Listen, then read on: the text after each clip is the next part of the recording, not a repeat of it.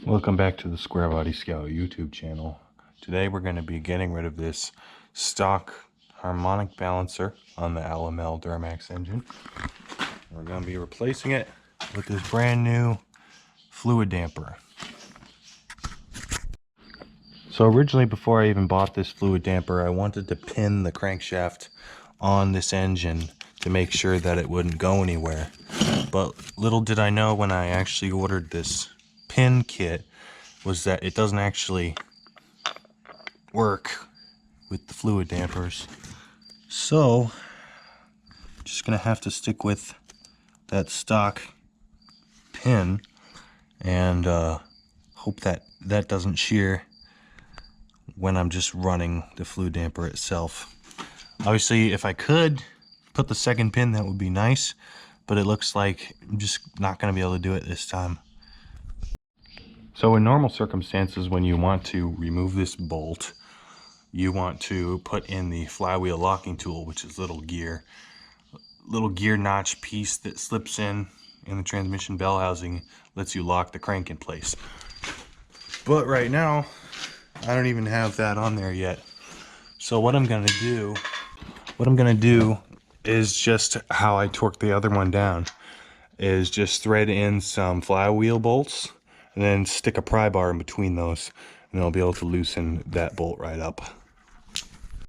Alright, so I stuck these two flywheel bolts in there, one jammed up against the stand, one jammed up in here, so the engine will not be able to rotate. So I torqued this down a spec originally, so let's see how difficult this is to remove.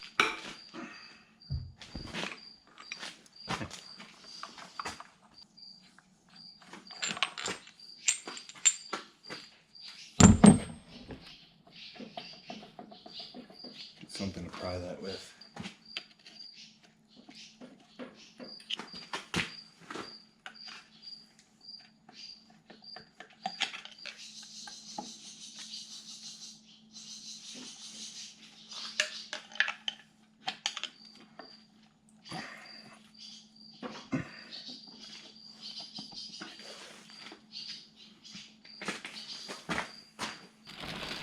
Out with the old and with the new. Yeah, this new one's significantly heavier too.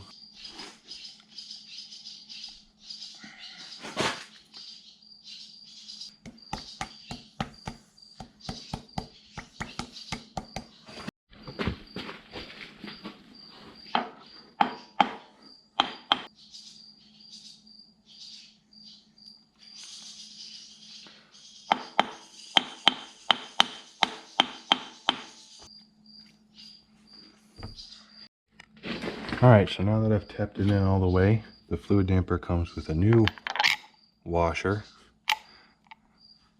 And then this is supposed to get to be torqued. So our torque spec for this bolt, LML LGH, 74 foot-pounds plus an additional 90 degrees. Torque wrench is set to 74.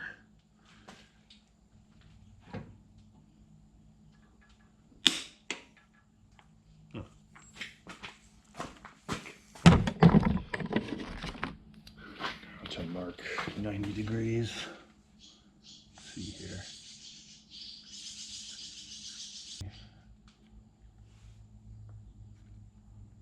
That's good.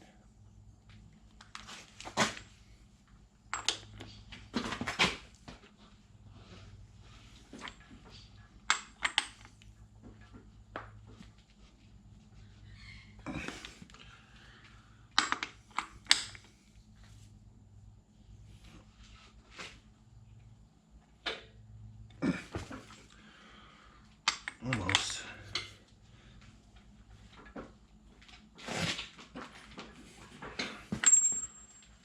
Super close.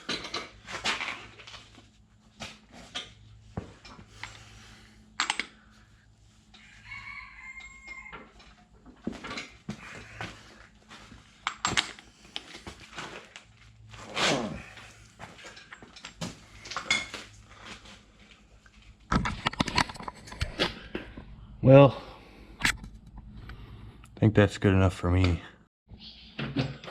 With those bolts removed from the back, let's see how the engine turns over. Perfect.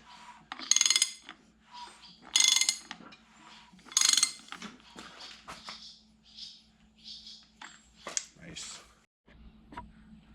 Alright, so that's that installed.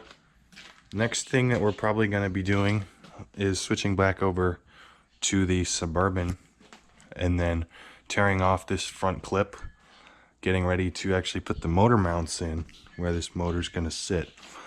In the meantime, maybe do some rust repair on this truck and then actually mount the transmission to this motor, and then once that's all set, I'll be able to lower this engine right into the Suburban.